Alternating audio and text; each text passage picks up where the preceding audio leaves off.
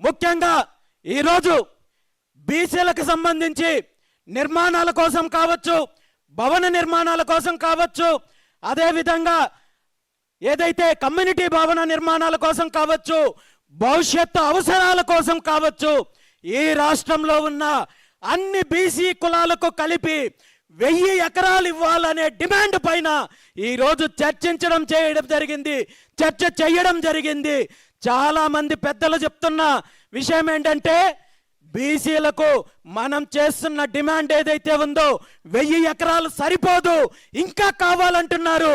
ఎందుకంటే ఈ 1000 ఎకరాలు కేవలము ఒక్కొక్క కులానికి ఆ కులానికి సంబంధించిన భవనాలు నిర్మించడమో, లేదంటే ఫంక్షన్ హాల్ నిర్మించడమో, లేదా కోచింగ్ సెంటర్లు నిర్మించడమో కాదు.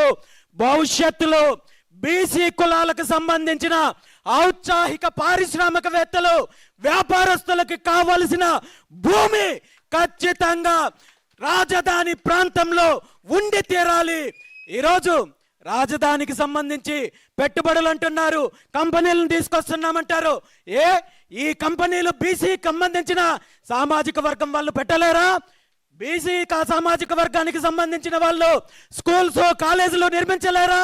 లేదా హాస్పిటల్స్ నిర్మించలేరా? లేదా రాజధానిలో మీరు చెప్పే ఎలాంటి టెక్నాలజీకి సంబంధించిన అభివృద్ధికి సంబంధించిన బీసీ వర్గాలు, బీసీలకు సంబంధించిన ఇన్వెస్టర్స్ పెట్టడానికి సిద్ధంగా ఉన్నారు.